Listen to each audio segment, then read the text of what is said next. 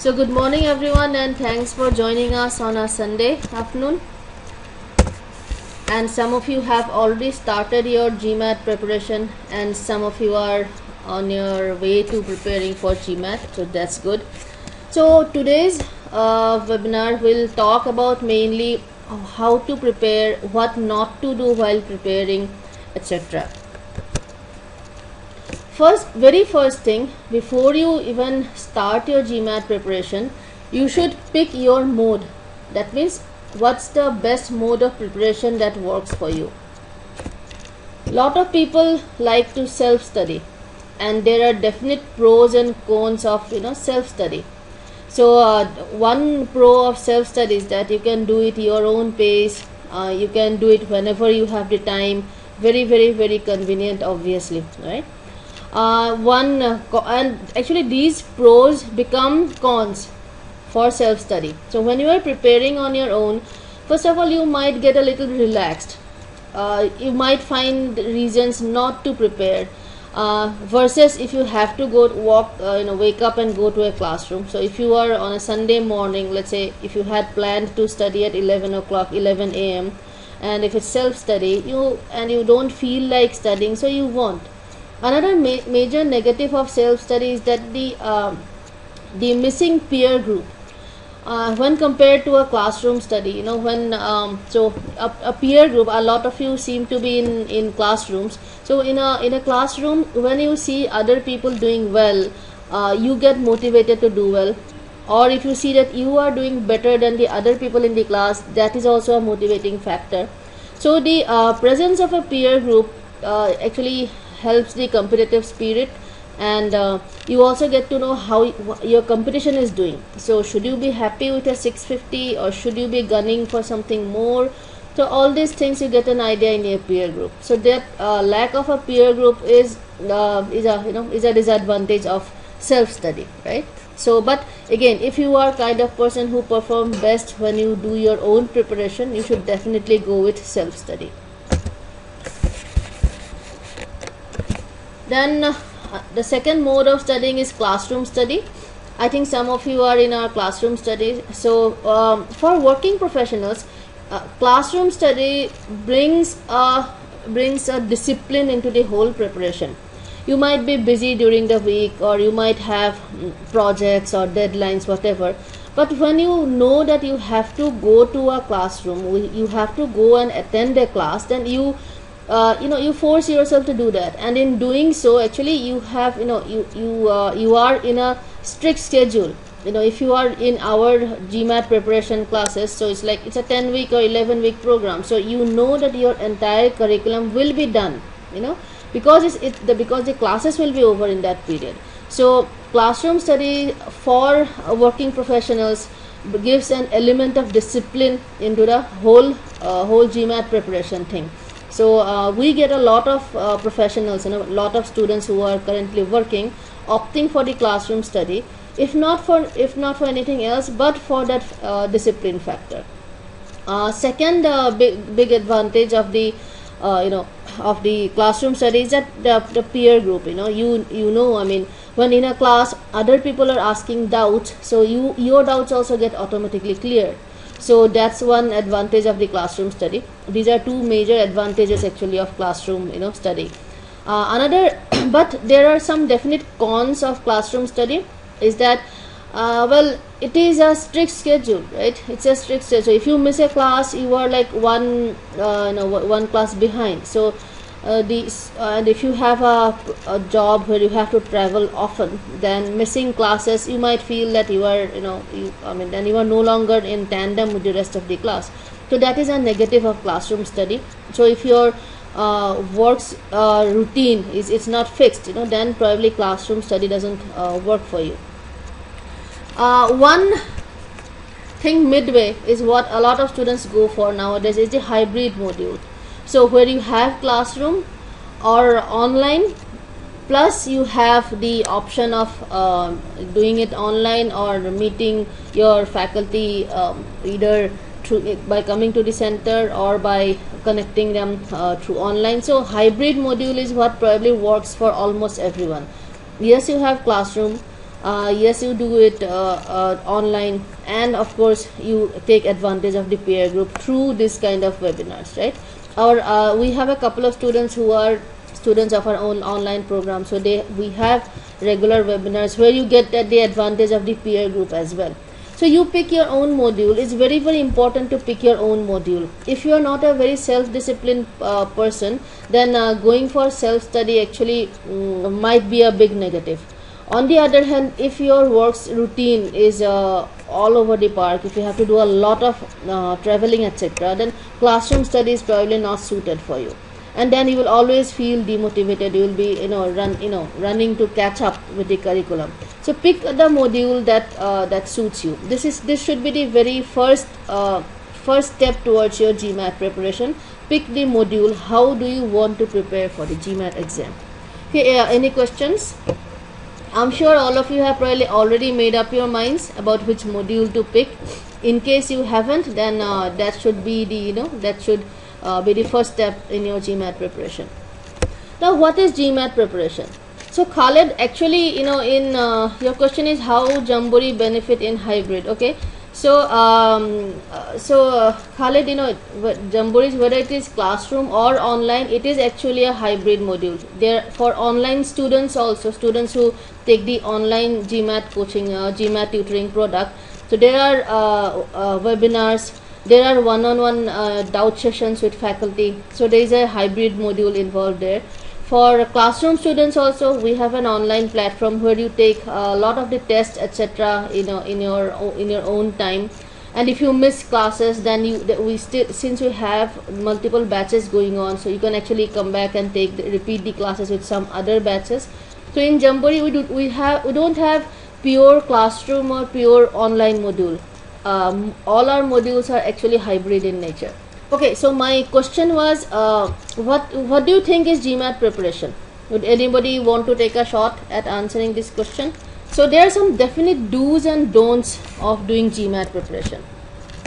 First of all, it should be focused only on GMAT.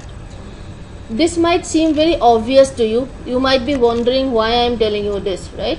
So, but you will be surprised the kinds of things that students do, and they get distracted. So your focus should be only and only to get a GMAT score. So while you are preparing for GMAT, you should be focused only and only to get a GMAT score. That's it. When you're preparing, your focus should be on your grammar improvement. If you want to improve your grammar, then you can buy any of the grammar books and study them, right? So your objective should not be to improve grammar. Whatever grammar or whatever in English language information is required, that will be taught in your classes, right? So that should be enough. You don't need to try and improve your overall grammar. Yes, if you want to improve your overall grammar, then you can do that, but that should not be the focus of the GMAT preparation. Second, very often I see students, like trying to memorize words, trying to improve their vocabulary. Well, GMAT is not a vocabulary exam. Yes, of course you will need to know a bit of English, but it should not be a whole project in itself. Don't go around, buying Word Power Made Easy or books like Wren and Martin. If you want to do that, yes, do that in your own time as a long-term goal kind of thing. Not for the GMAT preparation. To ace a GMAT exam, to ace the verbal section of a GMAT exam, you actually don't need to improve your grammar too much or your vocabulary. So your focus should be to ace the GMAT exam, not to improve your grammar or vocabulary. Similarly, in the good news about GMAT is it's very predictable. Its structure is very predictable. The types of questions that are going to be tested very predictable. So you should keep your preparation limited to those areas only. The structure of the exam, the types of questions on the exam, the entire syllabus per se, you can say, is laid out in the official guides, right? So keep your preparation limited to those domains. I mean, it's like 150% guarantee that you are not going to get a question from calculus. So in short, while preparing for the GMAT, don't bother about improving your overall math skills or overall grammar skills or overall vocabulary, because that's not gonna come. Unlike the CAT exam of India or any other entrance exam, MBA entrance exam in India, GMAT follows a very limited and fixed structure and pattern. Keep your preparation to that only. I also teach for GMAT, and what I see is that sometimes students come with these random questions that, okay, how do you do this question, how do you solve this question, and when I ask them, I realize that they have just picked those questions from some textbooks of some college or university. So that does not help. GMAT is never going to give you that kind of question. So keep your preparation limited to the GMAT exam only. Next thing, which is a very common mistake that GMAT students do, is that they ignore the AWA section till the very last moment, right? So how many of you have started preparing, or those of you who are at least those of you who are already Jamboree students, how many of you have started practicing the AWA section? Good. So I'm sure some of you know, but if you don't, AWA section is the only section on the GMAT which has a cutoff. So universities impose a cutoff on the AWA section, and very often the cutoff is 4.5. So out of 6, 4.5 is the cutoff set by universities. So that's why it's a huge mistake if you don't start practicing the AWA essay. This is not something that you do towards the end of your classes, or once you're completely ready, or once you just start taking the full length mock test. That is a very wrong way to go about it. So there is a question from Kumari Shraddha saying, if we are preparing for GMAT, can't we at the same time prepare for CAT? Yeah, of course, you can do that. It's totally up to you, your time, whatever. You can a lot of students do that. At least in India, a lot of students prepare for both CAT and GMAT at the same time. So definitely a possibility, right? But they should not be mixed. GMAT preparation, is not a substitute for CAT preparation. A CAT preparation is not a substitute for GMAT preparation, because the type of skills being tested, types of question, all of those are different, right? Is that clear, Kumari Shraddha? Yes, Ankita, you have put it very correctly. Both exams are completely different, so you can prepare for both of them together, but one preparation is not going to substitute for the other. So if you are planning to take the CAT based on your GMAT preparation, then that's not a very good idea. On the other hand, if you want to take a shot at the GMAT based on your CAT preparation, well, that is actually not a very good idea either. So one preparation is not going to substitute for the other. So Nikhil, your question is, will I get into a good B school in the US if I get a low score? Okay, I have got two problems with your question. First is that good and low both are subjective, right? I don't know what you mean by good B school, and I also don't know what you mean by low score. For you a low score can be 600, for me a low score can be 400. So these are good and low are very subjective terms. Secondly, second problem is that getting into a B school is not just about the GMAT score. So we'll do a little bit of that in today's webinar as well. A lot of other things are taken into account while giving out admission offers. Admissions are not given completely based on GMAT score. Well, Ankita, if a person has time, then actually that person can focus on both GMAT and CAT at the same time, right? There are a lot of students who take a 1 year break or something and prepare for entrance exams. So they actually prepare for both GMAT and CAT together. So that is perfectly fine. Yes, Priyank, you are right. There are students who get rejected after getting 740, 750, and I have also seen students. Last year, one of our students got admission in INSEAD. INSEAD is a top 10 B school in the world with a 640. So GMAT is not the only thing that the universities look at. So Sayali, how to prepare for AWA? Okay, I am not going to cover that, but we have got an AWA webinar coming up. So So Anshul, if you are there, can you check on our website? So actually, if you guys go on our website, you will see us the schedule of the webinars. So I think it's sometime on July. In July itself, we have got a SAT webinar. Sorry, AWA webinar. So you might want to attend that. So we do have webinars for our classroom students and for online students on specific topics, right? Rajveer, your question is taking break from, okay, I missed the question just. Taking break from work and preparing for GMAT. Will it be a good move? Well, no, it will not be a good move.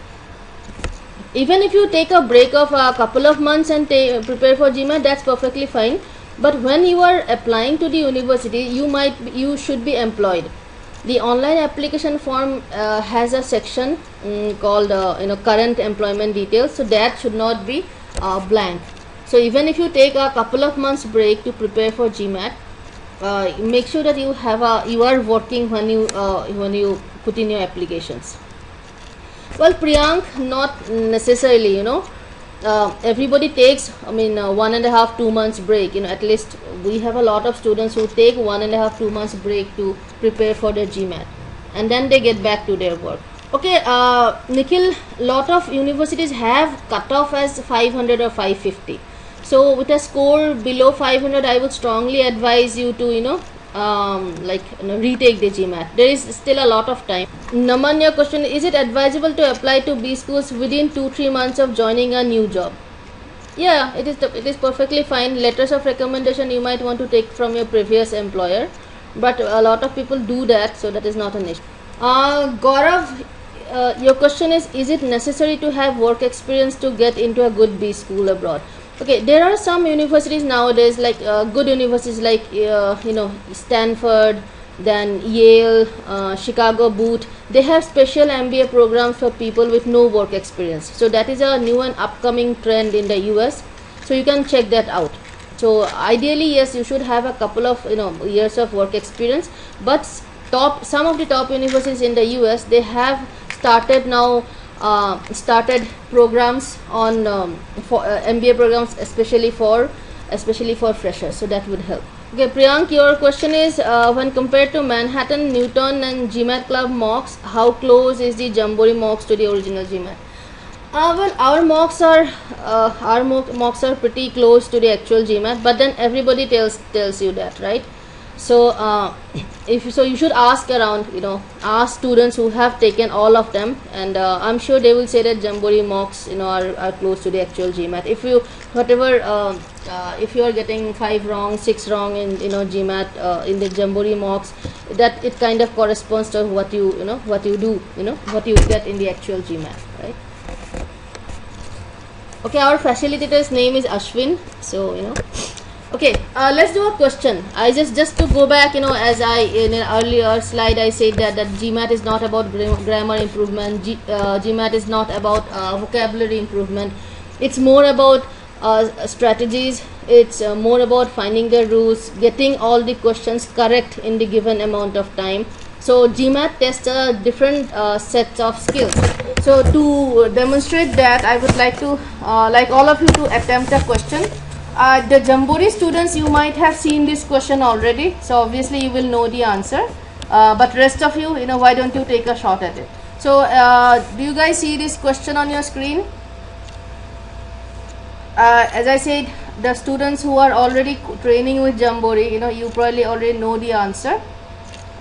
Rest of you take a shot at it.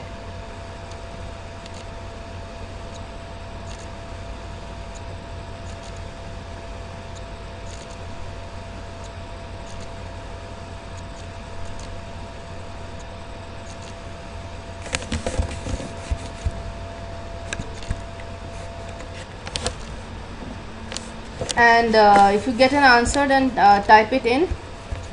Well, not the Jamboree students. You guys already know the answer. So if you are a Jamboree student, then don't type in the answer.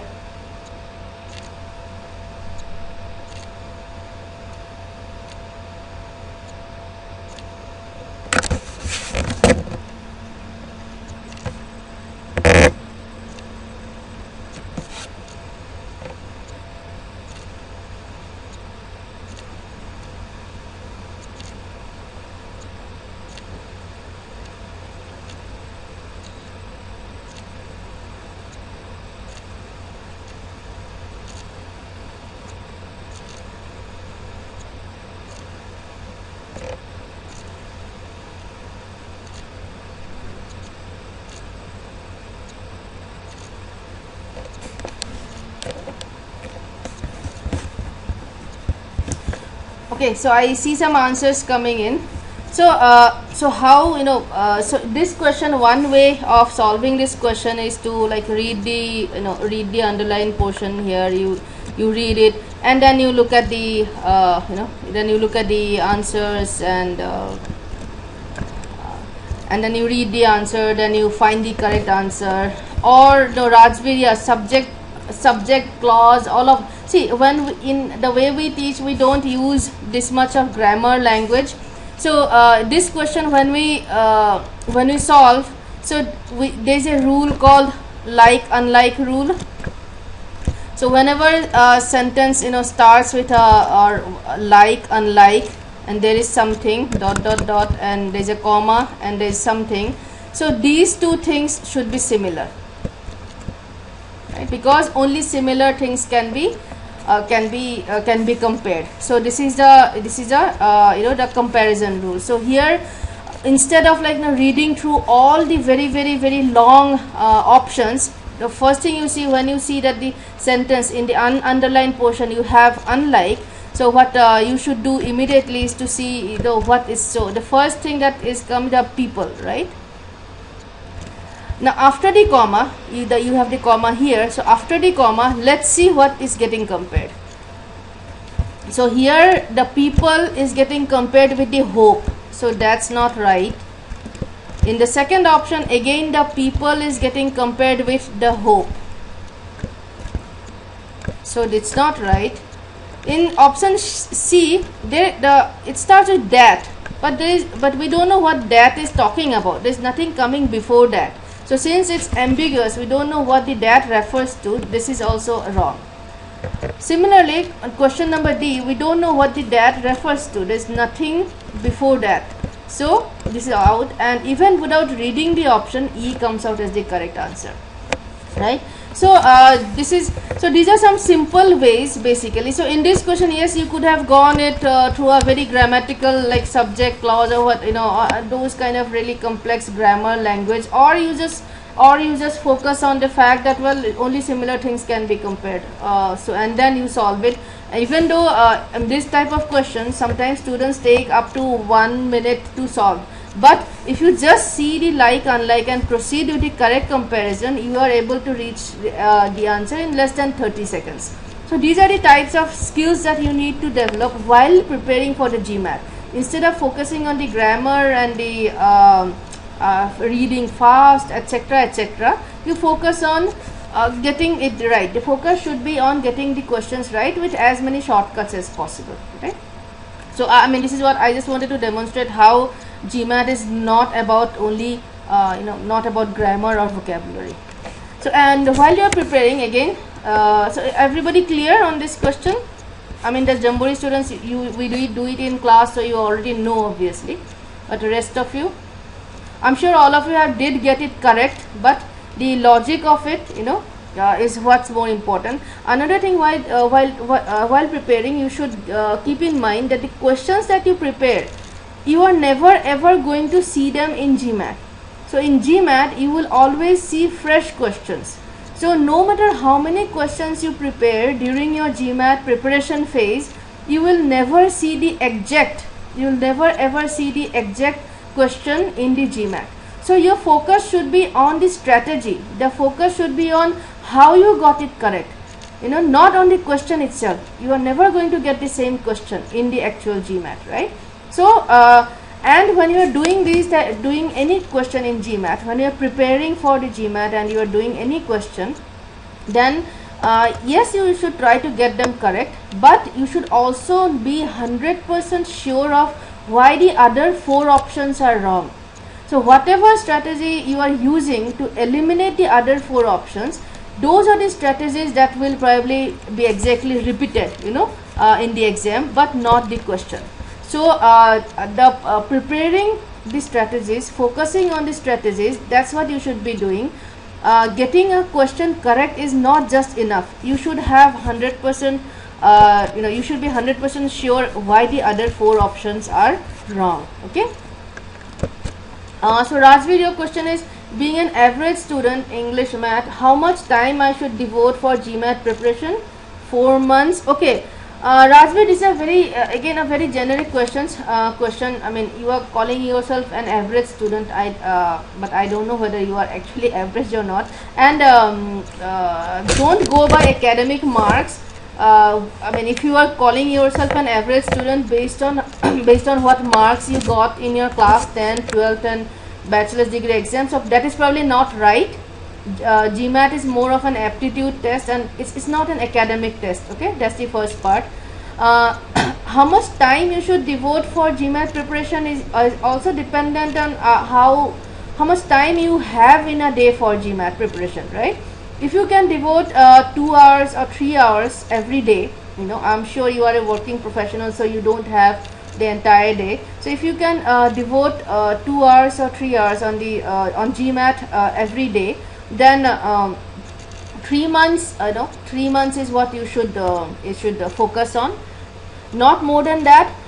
The amount of time that you devote on GMAT preparation is not directly proportional to the score that you will get. In fact, after about 3 months, after about 3.5 months, your scores start plateauing off, and then then your scores will start dropping.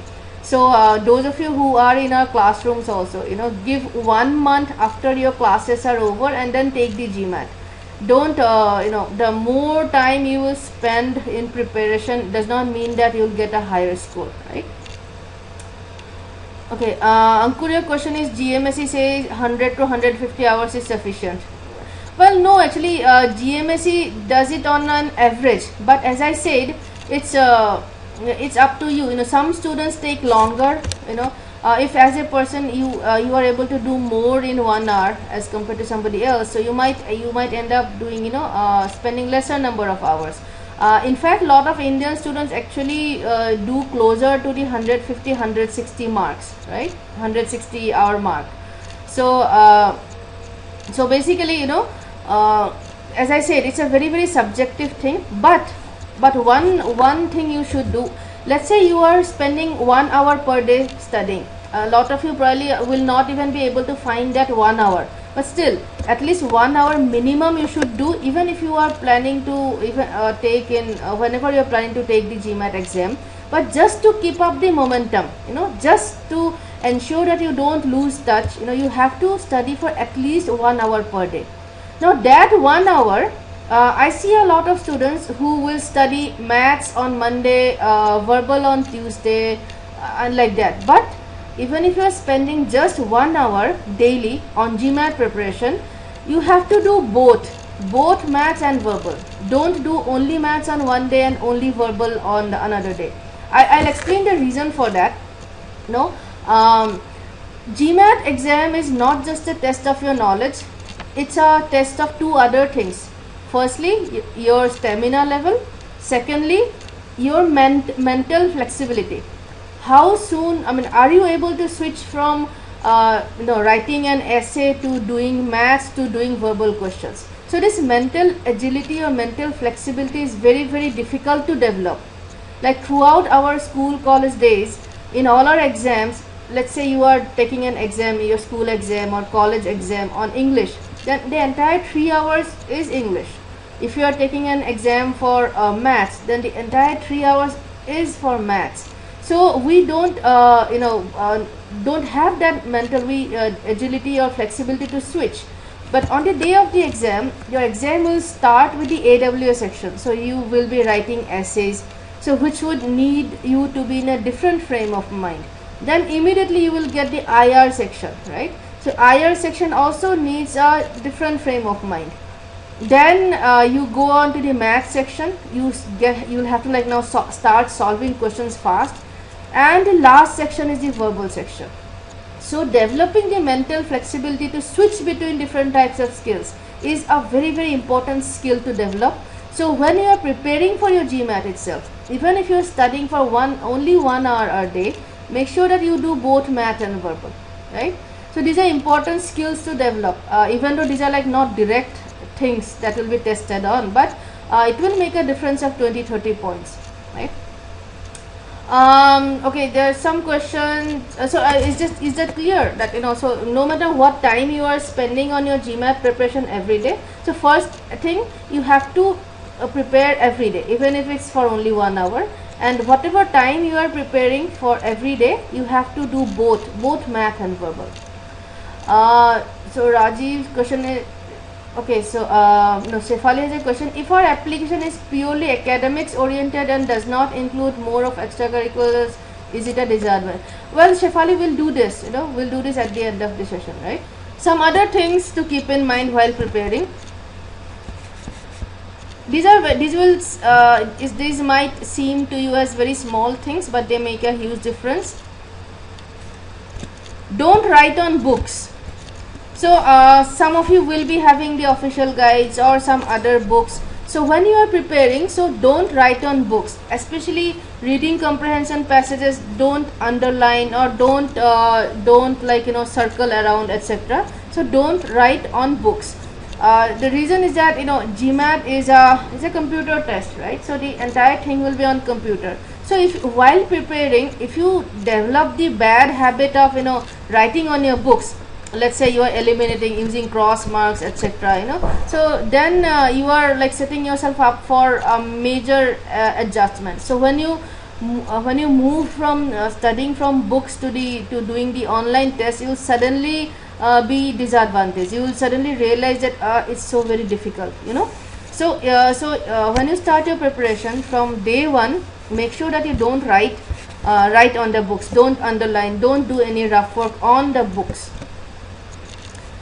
Practice on materials similar to GMAT. So this is both things. One is for content and also for rough work. So on rough work, on the day of the exam, you get something called a scratch pad, so that to use for rough work, right? Which is nothing but a laminated graph paper, and you get a marker, like permanent marker kind of thing to write on those.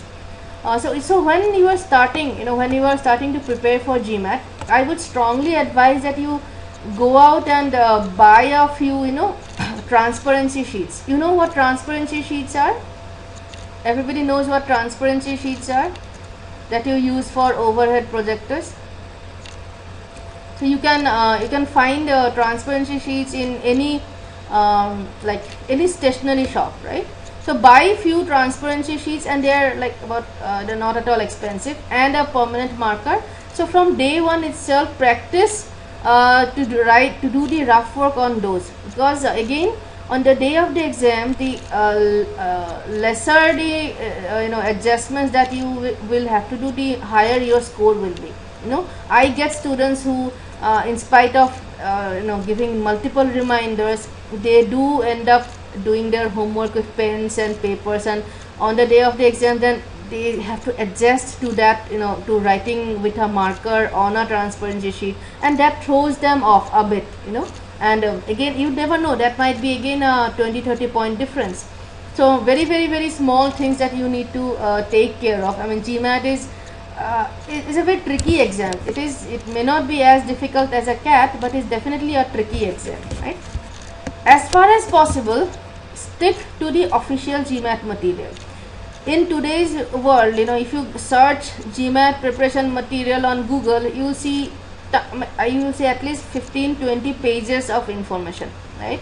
But nobody makes GMAT questions as close to the actual GMAT as GMAC material, or as the official GMAC material, right? So we have tests, yes, everybody has tests. So we also do not claim that our tests are exactly like GMAT tests.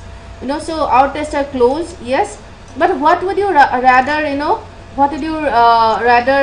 do? Would you do questions that are close to the GMAT questions, or will you prepare on questions that are GMAT questions? What would you rather do, right? You should be doing questions that are actually GMAT questions.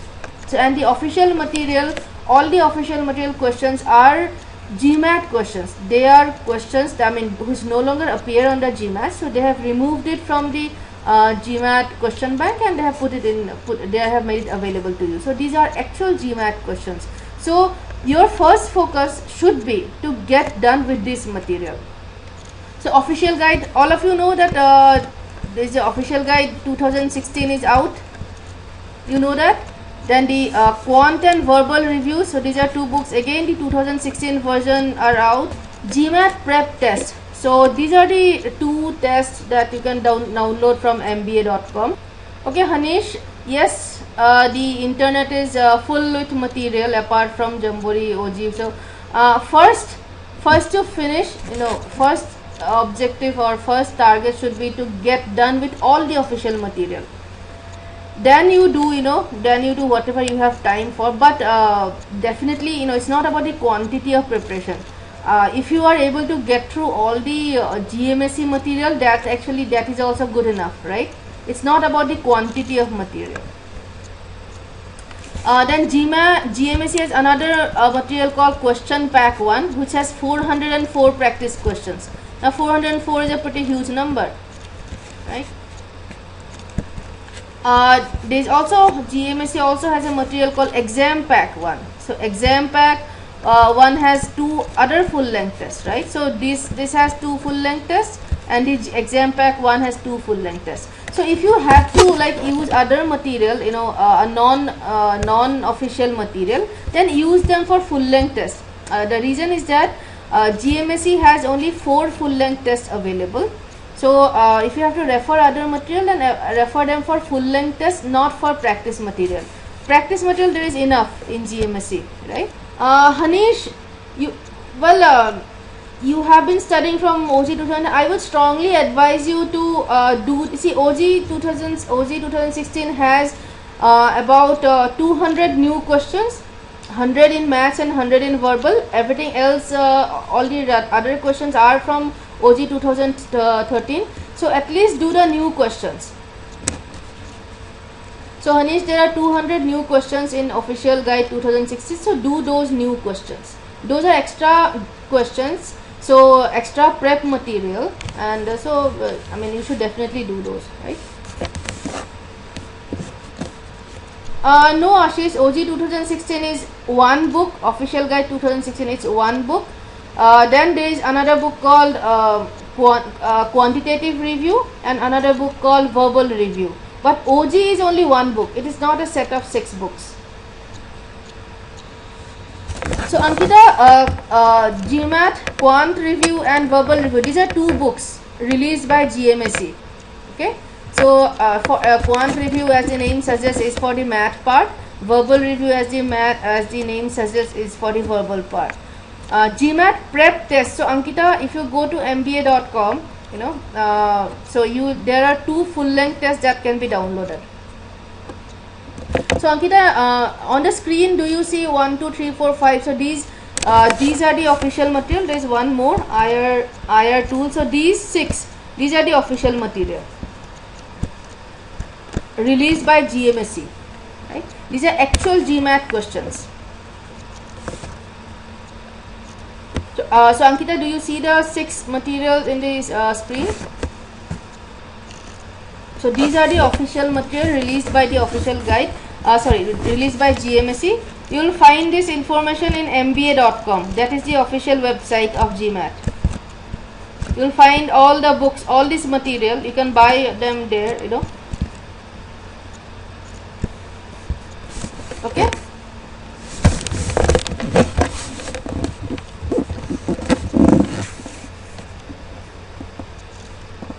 Yes, Ankita, you can buy this. The GMAT prep test, these 2 are free. You can download it from the website. Kanika, yes, OG 2015 is also good. No doubt about it. OG 2015.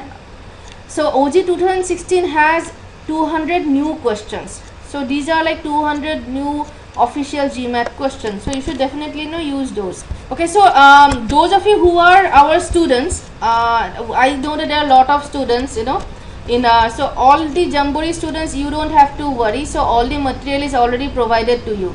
So all the official material is anyway part of your study material, so you don't have to worry. So rest of you can buy them through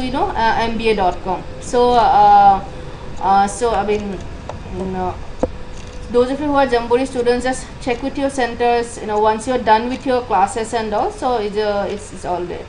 No, Ankita, blue book is a different thing. So whichever center you are from, Ankita, go and ask the center manager there. Once you are done with your classroom preparation for the extra practice material, so these stuff, you know, already available. So in the back of your red book or book 1, Ankita, so there is a study plan. You might have seen the study plan, right? The study plan has the, you know, it gives you a study plan at what material you should be doing when. I mean, this is specifically for the Jamboree students. So back of your red book has, like, you know, a 3-week study plan, a 6-week study plan, and a 9-week study plan, depending on when you plan to take your GMAT. So follow the study plans. So the study plans include, you know, all these material, right, which will then be available at the centers. Okay. Okay. So any other questions? Yes, Anjali, verbal and quant review have different questions from the official guide.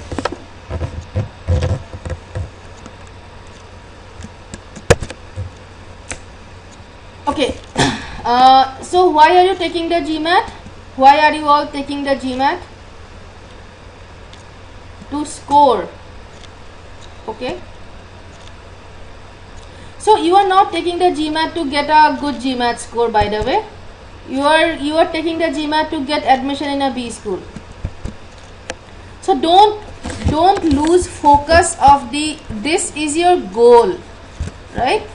The GMAT is just a means to achieve this goal. So your main goal should be to get admission in a B school.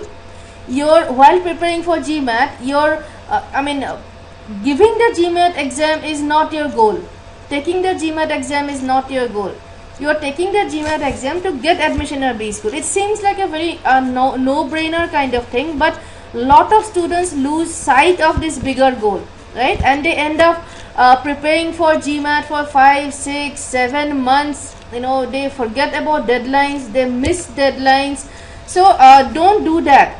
Keep an eye on the deadlines of the universities. You know, on our website, we have a comprehensive list of the university deadlines, right?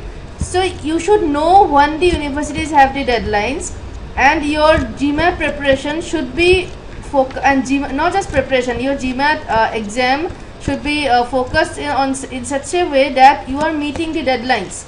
So GMAT preparation in itself is not enough. Okay, so don't lose sight of the bigger picture that you are taking GMAT to get admission in a B school. Well, no, Raghavendra, that's what I am trying to say, right? So let's say, so while you are preparing for the GMAT, it's very important for you to develop a short list of sorts. So I'll just, let's say that, there are 3 universities, and for your profile, the GMAT score requirement for X university is 700 plus, for Y is 620 plus, Z is, let's say, 680 plus, right? And let's say that Y has X has a deadline of round 1 deadline of December 1, or R2 Y has a deadline round 1 deadline of November 1, then Z has a round 1 deadline of November 15. So it's very important for you to have this kind of a short list, right? So because if you don't know what score to target, how will you know when you are ready to take the GMAT exam, or how will you know that when you should take the GMAT? So there are 2 major advantages of having a short list of universities. And this 3 can go up to 14, 15, up to you, right? So you can have you should have a short list of universities so that you know what GMAT score to target for your profile and by when you should take the exam. Let's say that your dream school is Z, for whatever reason, because maybe they give a lot of scholarships, or because maybe they have the program of your choice, or maybe it's in a state where you have relatives. For whatever reason, let's assume that Z is your dream school. So if you have this short list, if you have, so you know that for Z you need, for your profile you need a 680 kind of score. So while preparing, once you are hitting a 680, 700 kind of score in your mock test, you should go ahead and take the exam instead of pushing for a 700 plus, because this university's deadline is November 15. It's more important for you to give it in November 15 and get a 680 than get a 700 after the first round deadline.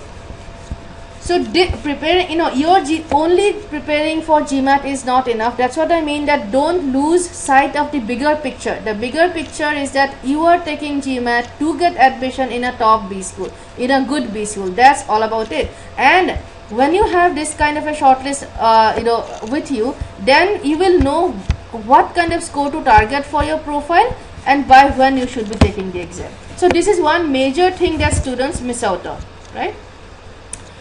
Okay, so Renuka, there are no cutoffs for the universities, by the way. Universities do not have cutoffs, but the score requirement for different profiles is different. Now what I mean by profiles, so when you are applying to universities are going to look at your academic record, your quantity and quality of work experience, the variety and depth of your extracurricular activities, how good your essays are, university essays are, and how good your letters of recommendation are, right? So a high GMAT score does not guarantee admission. You need all these things also, and this is what is meant by profile, right? So the profile improvement part, or the work on your profile. So GMAT prep and profile building must go hand in hand. If you get a, let's say earlier today actually somebody had mentioned that there are students who have got rejected even after getting 740, 750. Okay, so let's say you get a 750 in October, you take your exam in October, you get a 750. Then you sit down to shortlist your universities and you suddenly realize that you don't have a good extracurricular profile or your work experience is not up to the mark. So what do you do then, right? So that's why the profile building and GMAT prep must go hand in hand. Ultimately, getting a good GMAT score is not your goal. Your goal is to get an admission, right? So all of you, I mean, when should you start building your profile? Well, the moment you decide to do an MBA abroad, the moment you start your GMAT prep, that's when you start thinking about your profile and improving your profile. Ultimately, you need all of these things. You need all of these things to get admission. GMAT score is just one of the criteria, right?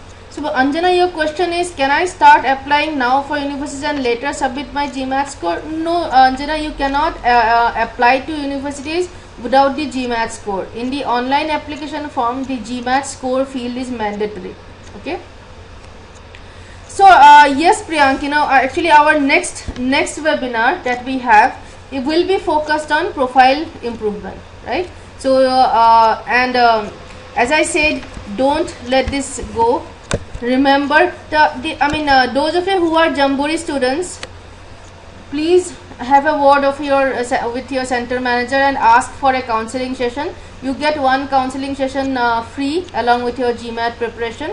It goes for both classroom GMAT students and online GMAT students. I saw that some of you are taking our online GMAT tutoring product. So a counseling session comes free with any GMAT coaching that you are doing with Jamboree.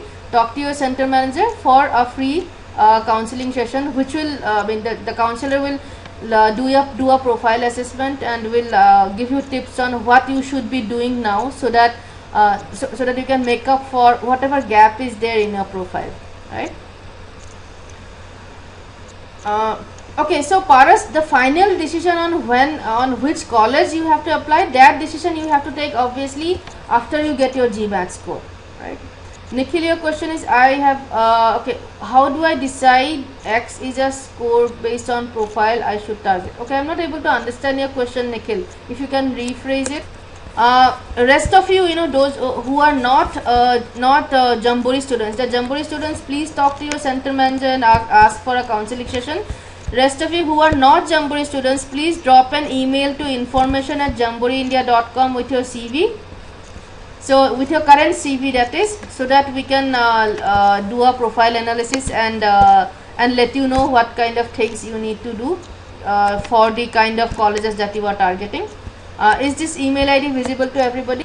Okay, Paras, you don't need to choose the university on the test day itself. On the test day itself, you just have to choose the 5 universities to which you will send the score, but that does not mean that you are applying to those universities, right? Okay, by the way, while we are on the topic of GMAT, there have been some changes very recently, actually announced in the end of June. Very recently, there are some changes in the GMAT test taking policies. Are you guys aware of it? Okay, so earlier you can, in case you let's say in case you don't get a good score in your attempt in your GMAT, so you could retake the GMAT after 30 calendar days, right? Now that has been changed to 16 calendar days. So in case you take a GMAT, let's say in case you take the GMAT on 1st of August and you don't get a score of your choice, you can now retake it after 16 days. You don't have to wait for 31 days. Earlier it was 31, now it is 16. Another change is that in case you cancel your score, let's say you take the GMAT and you are not happy with the score, you cancel it, then in the score report, that is sent to universities, in the score report the exam date will be given and a C will appear against it, right? Just to show that the exam was cancelled by you. Now this C will not appear in the score report. So if you take the GMAT, so when you take the GMAT, so after the exam is over, the score appears, and then you are asked, do you accept this score? Okay, and you have 2 minutes to take a decision. If you don't accept it, it gets cancelled. So now you can actually do it as many times as you want to, because the universities will not know how many times you have cancelled this score. So this is also an advantage, obviously. Another interesting thing, which is a little which has been going on for almost a year now. Let's say that you take the exam on August 1st. You get 600, and let's say that you are not happy with it, so you cancel the score. And within 60 days, let's say after a month or so, you take the exam and you get a 650. So what you can do is that you go ahead with the 650 score. But let's say that in your second attempt you got a 500. So 500 is lower than your 600, the previous score. So you can now cancel the second score and reinstate the earlier score, the first attempt score, by paying $100. Is that clear? Okay, let me write it down. So let's say in August 1 you take the exam and you get a 600. So you are not happy with this score, so you cancel it. Then you take it again on August 30, let's say. But unfortunately, let's say that you get a 500. So what you can do is that you can cancel this one and you can go ahead and accept this score, reinstate this score by paying $100. Is that clear? Cost of retake remains the same, but reinstating these scores is $100. Is this clear now? So the reinstating, of course, whenever you take the GMAT exam, you have to pay $250. That is different. But in this kind of a situation where the second attempt score comes to be lower than the first attempt, and you want to then go back and reinstate the first score, you can do that by paying $100. Yes, Saurabh, whenever you take the GMAT, whether it's retake or whatever, you always pay $250. Yes, Raghavendra, in Jamboree we do have a 5.5 week coaching program. classes are held 4 times. So Vinamra, question is what will be the count of number of attempts in this case? So in this case, if you cancel the second course, so your number of attempt will be 1. So universities will see that you have taken the exam only once. Does that answer your question, Vinamra? Okay, Ashish, I think we do send out the recordings. So our facilitator of the webinar will send that out. Yes, Rajvi, when you finish the exam, the GMAT score minus the AWA, of course, the GMAT score and will be displayed on the screen, and you will have 2 minutes to take a decision whether you want to cancel it or accept. So Priyank, okay, you have a long question. Let me read it out. As per your statistics, how much time does a candidate consume in preparing post GMAT docs to apply to a college? Okay. So Priyank, first of all, most of our students they complete the shortlisting process while they are doing their GMAT. So in case you don't do that, so in case you want to do that after you take the GMAT, then you have to plan at least about 2 to 3 months. First university application is going to take you about 3 weeks, because that's when you will be doing everything for the first time, right? Naman, your question is how are IR scores being taken into account in B school admissions? Okay, IR schools, universities have not set down any cutoffs yet. We had students last year who had gone into, I mean for fall 2015, who have got into even top schools like Kellogg with 4 out of 8 in the IR section. So I would think that, you know, I would kind of say that universities have not started imposing cutoff on IR scores yet. So a 5 or 6, you know, should be, I think, you know, should be safe. Okay, so Robil, what work? So the elaboration on the profile and all that we'll be doing in our next session. Okay, so if you have any questions, if you guys have any questions, then please write at this email ID, information@jamboreeindia.com. Somebody, Rohan, well, it is not wise to target only one B school. Definitely not wise. So it's like it becomes a do or die situation for you. Aditya Raj, your question is what should be the score for a guy? Okay, again we are getting into this profiling. Let's not do the profiling today. Shefali, well, the GMAT score is valid for 5 years. In fact, our data says that people who take the GMAT exam while they are still in college, because they are in a studying mode, you know, they end up scoring better than if they take it after they start working, right? So a lot of students actually take the GMAT in their 3rd or final year of engineering. The score is going to be valid for 5 years. And Abhijit, of course, you know, I mean, one faculty or 2 faculty cannot teach in all the centers. In Delhi NCR, usually one faculty teaches in 2 centers. Actually, even in Bangalore, one faculty teaches in 2 centers. It's not physically possible for everyone to teach in every center. Yes, Abhijit, all of us, you know, all the teachers, they undergo the same training process, so they have the same delivery process. Yes, I mean we follow a fixed, you know, curriculum. In fact, one of the interesting thing about our programs is that we students can transfer between cities and centers. So if you after doing like 5 classes in one center, and if you have to transfer to some other city, so you can transfer and join in the 6th class. So for that to happen, we have our GMAT classes are fixed in structure, so that when students transfer, they don't find things different. It's okay. There was a question asking, is the actual GMAT score? No, I think I just missed it. Does the actual score of GMAT increase from the score we get on test day? Well, the actual score will not increase. I mean, if on the day of the exam it is saying that you have got a 650, then it is going to remain 650. Definitely it will not change. So Ashish, your question is how many good colleges in India accept GMAT scores?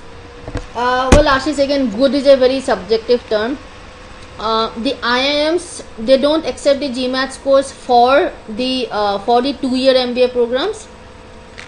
they accept the GMAT score only for their 1-year MBA programs, right? And for 1-year MBA programs, they have work experience cutoff of 5, 6, 7 years, etc. But colleges like SP Jain, ISB, Great Lakes, they accept the GMAT score. So Hanish, areas to focus on while preparing for GMAT, that will vary from student to student. If you the first step should be to take a diagnostic test, then find out what your weak point is. But otherwise also, you should work on all the areas. Just because you are good in maths does not mean that you spend less time on maths. Maths is an area where a lot of our students, a lot of Indian students get 50, 51. So you should first try to do get a 51 in maths, right? Because that is very, very doable. And so your preparation should not focus only on your weak areas. It should actually try to strengthen your strong points.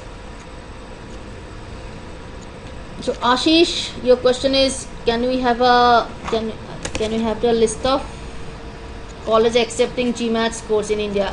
Okay, so yes, you can drop an email to us and we can let you know. Ankita, if you, I won't be able to tell you what should be your expected score. You will be expecting your score. I can't tell you what score you should be targeting, right? That totally depends on what kind of colleges you want to get into, what kind of profile you have. Okay, those of you who want an online diagnostic test, again please write this at this email ID. Not the Jamboree students. The Jamboree students have already taken quite a few diagnostic tests, but the non-Jamboree students, if you want the online diagnostic test, please write at this email ID.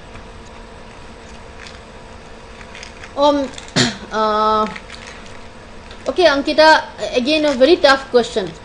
If you get a 600 and if you want to target a Harvard or a Wharton, you will not get admission. So when you say is a good score in the range of 600 to 650, so good or bad depends on what kind of colleges you are target.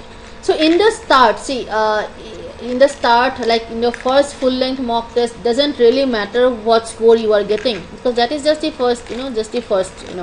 In fact, we have a lot of students who in the first diagnostic test get almost everything wrong. That is perfectly fine. It's about how you improve. So yeah, our profile improvement session, it's on 18th July. So our profile improvement, that session is on July 18th. Same time. It's a Saturday.